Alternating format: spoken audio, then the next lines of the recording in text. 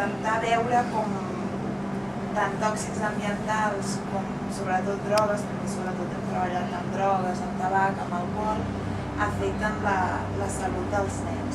I sobretot també el que hem fet és veure com aquestes drogues, aquest tabac, aquest alcohol, passen de la mare durant l'embaràs del fill i una mica hem estat veient si ho podem detectar i on ho podem detectar. Nosaltres bàsicament el que utilitzem és matrius que t'informin d'una llarga exposició a drogues, o sigui, sobre un consum habitual.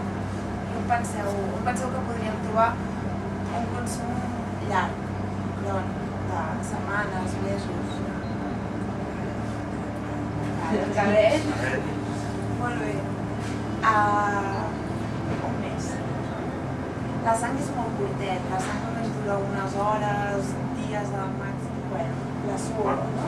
Sí, la suor pots detectar, diguéssim, una setmana, mitjançant parxes. Què més? Quines altres coses? Quins altres llocs? Penseu en coses que creixin molt lentament, com el cabell que creix molt lentament, les ombres també. Si pensem en l'embaràs, i on penseu que es poden detectar? El cordó, fins i tot el teixit, el cordó. Què més?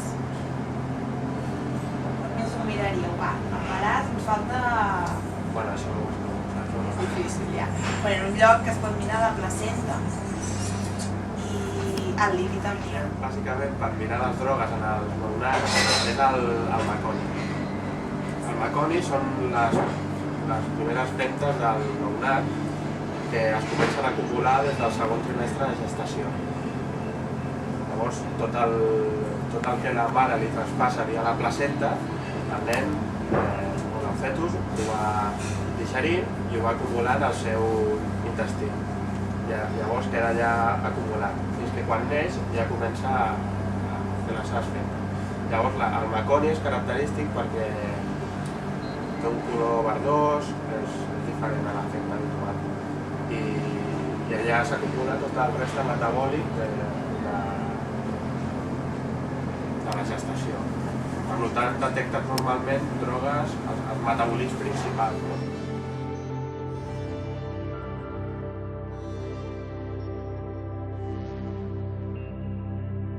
El pediatre normalment el que fa és agafar un metxot de cabell, però clar, normalment aquestes matrius, primer que el cabell és un sòlid, llavors ja no funciona com l'orina.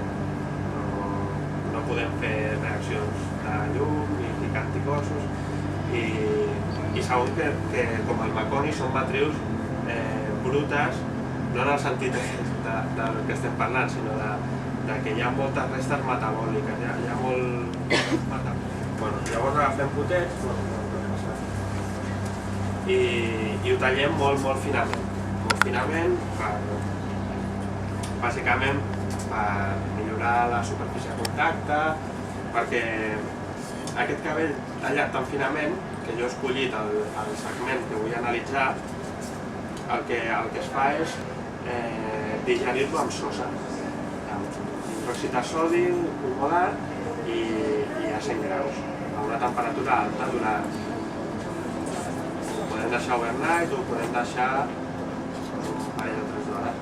I llavors, l'endemà, aquesta solució de sosa amb el cabell queda de color marró normalment, queda tot digerit. Llavors, a partir d'aquí el que fem és extreure específicament les drogues del que volem. Nosaltres treballem amb coca, amb cànnabis, amb metadona, amb opiats. Pots diferenciar si has estat en contacte o si l'has consumit? Amb el cabell, per exemple, sí, perquè en el maconi no, perquè el maconi sí t'ha traspassat el drogues.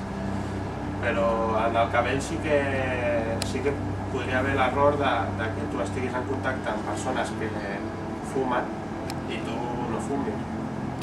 Que, bueno, passivament estàs fumant, però no ho has fet Què us ha semblat la visita? A mi personalment m'ha agradat molt, ha sigut com veure coses que a vegades es veien en les pel·lícules i no sabies ben bé si creure tu, que tot això era així, doncs sí, veus que realment és així, a més veus gent que treballa, pots preguntar-los com han arribat aquí, què és el que fan i sobretot ara que estem a sobre de Xile lluny d'escollir, doncs és una gran manera d'entrar en contacte amb això. Sí, la veritat és que ha sigut molt... Com que hi ha altres sortides que hem anat que no t'acabes d'aclarar i no es veu exactament què fas, però aquí ha sigut molt clar el que fa la gent aquí i s'ha pogut veure en directe i molt bé. I el lloc és preciós.